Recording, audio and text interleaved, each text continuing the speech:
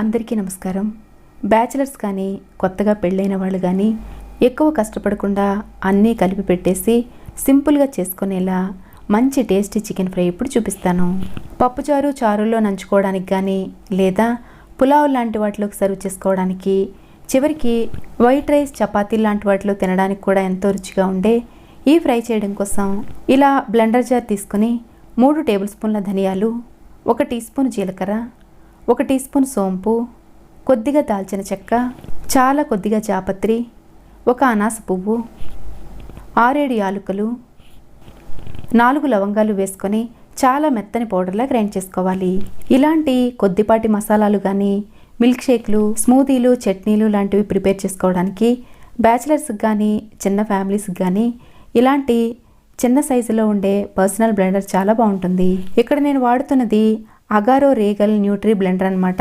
ఇది 400 watts కెపాసిటీతో copper మోటార్తో 3 సైజుల్లో ఉండే జార్స్తో పాటు ఇలా బయటికి తీసి కడుక్కోవడానికి అనుకూలంగా ఉండేలా 2 రకాల స్టెయిన్లెస్ స్టీల్ బ్లేడ్స్తో వస్తుంది.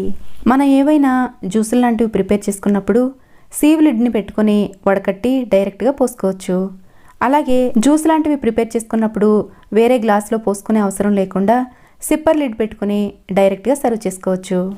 ఈ ప్రోడక్ట్ని ఈజీగా యూజ్ చేసుకోవడం కోసం ఇందులో ఉండే మాన్యువల్ని చెక్ చేసుకోవచ్చు. ఈ ప్రోడక్ట్ లింక్ని ఈ వీడియో క్రింద ఉండే డిస్క్రిప్షన్ బాక్స్లో ఇస్తాను, కావలసిన వాళ్ళు చెక్ చేయండి. ఇలా మనం పొడి దినుసులన్నింటినీ ఇందులో వేసుకున్న తర్వాత ఇలా మెత్తని పౌడర్లా గ్రైండ్ చేసుకోవాలి. ఇక్కడ ఈ దినుసుల్ని నేను వేయించకుండా పచ్చివే వేశాను. మీకు కావాలంటే 2-3 నిమిషాల పాటు వేయించైనా గ్రైండ్ చేసుకోవచ్చు. ఇలా మెత్తగా గ్రైండ్ చేసుకున్న తర్వాత ఇందులో గుప్పెడు వెల్లుల్లి రెబ్బలు, 2 టేబుల్ స్పూన్ల వరకు సన్నగా తరిగిన అల్లం ముక్కలు వేసి ఇదంతా నీళ్లు వేసే అవసరం లేకుండానే మెత్తని పౌడర్లా గ్రైండ్ చేసుకోవాలి. మీకు కావాలంటే కొన్ని నీళ్లు వేసుకుని పేస్ట్లా అయినా గ్రైండ్ చేసుకోవచ్చు. ఇలా మసాలా గ్రైండ్ చేసేసుకున్న తర్వాత దీని ఒక ప్లేట్లో తీసి పక్కన పెట్టుకుని ఇలా బ్లేడ్ని, గ్యాస్ కట్ని కూడా ఈజీగా తీసేసి విడివిడిగా క్లీన్ చేసుకోవచ్చు.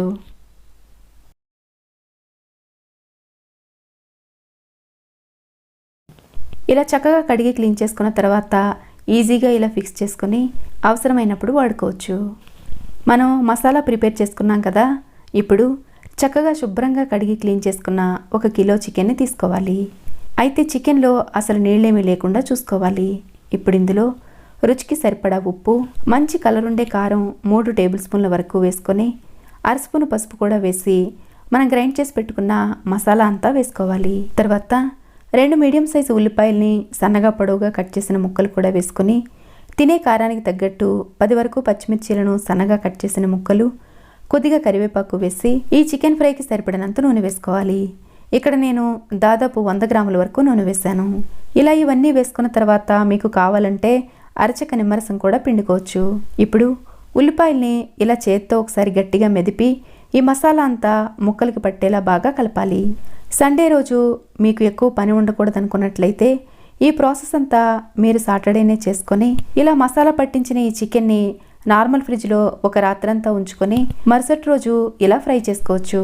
అయితే ఇక్కడ నేను మ్యారినేషన్ కోసం పక్కనేమీ పెట్టకుండా మసాలాలు పట్టించిన వెంటనే స్టవ్ మీద పెట్టేశాను.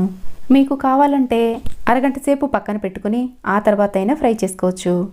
అయితే అలా చేసే అవసరం కూడా లేదు, కానీ ఇలా నేరుగా అయినా ఫ్రై చేసేయచ్చు.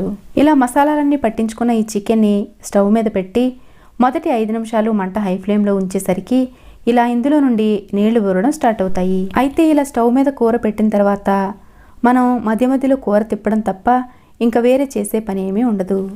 మనం ఇందులో వేసిన ఉల్లిపాయలు, ఉప్పు వీటన్నిటి వల్ల ఇందులో నీళ్లు ఊరడం స్టార్ట్ అవుతాయి.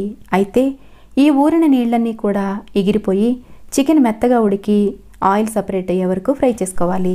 అయితే ఆయిల్ సపరేట్ అయ్యి ముక్కలు కొంచెం డ్రై అయ్యే వరకు వేయించుకోవడానికి దాదాపు 30 నుండి 40 నిమిషాల వరకు టైం పడుతుంది.